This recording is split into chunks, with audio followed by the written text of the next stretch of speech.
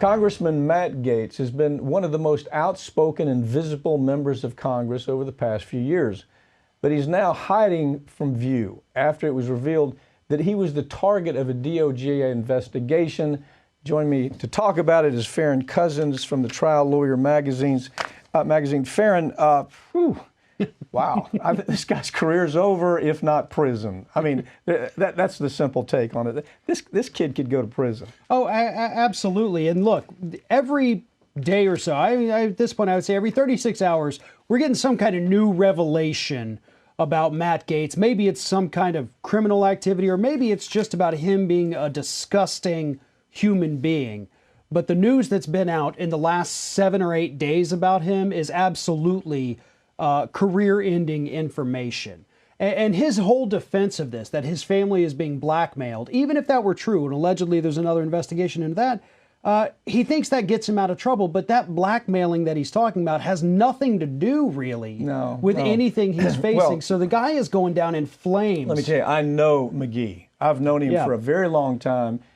He's a very credible person. There is no way that McGee or that law firm was trying to extort Eddie Munster here. And by the way, it's funny, when he started looking like Eddie Munster is when all this started coming together. And now, but the stories don't end, you see. Here's the evolution I saw with Gaetz.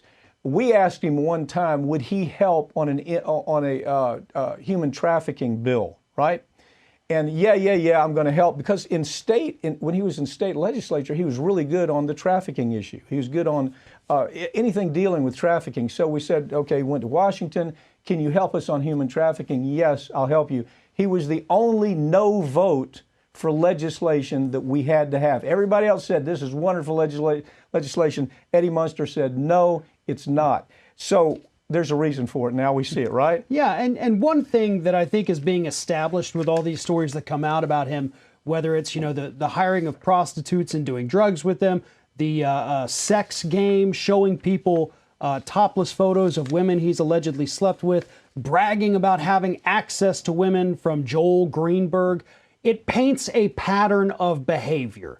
And if you were trying to build a case against this guy, the first thing you would want to show is that this is in fact a pattern. This has followed him around for his entire adult life. He did it in the Florida State Legislature with that weird little sex game they played. He's done it in this, the U.S. Congress, bragging to members, showing them pictures. You have them now coming forward and telling these stories.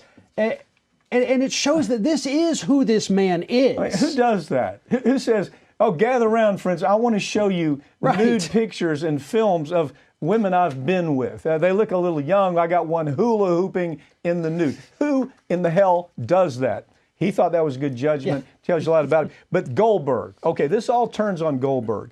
Goldberg is going to turn on him. There's zero question. Goldberg is looking at stalking political opponents. You know that part of the story. He was looking at trafficking minors for sex.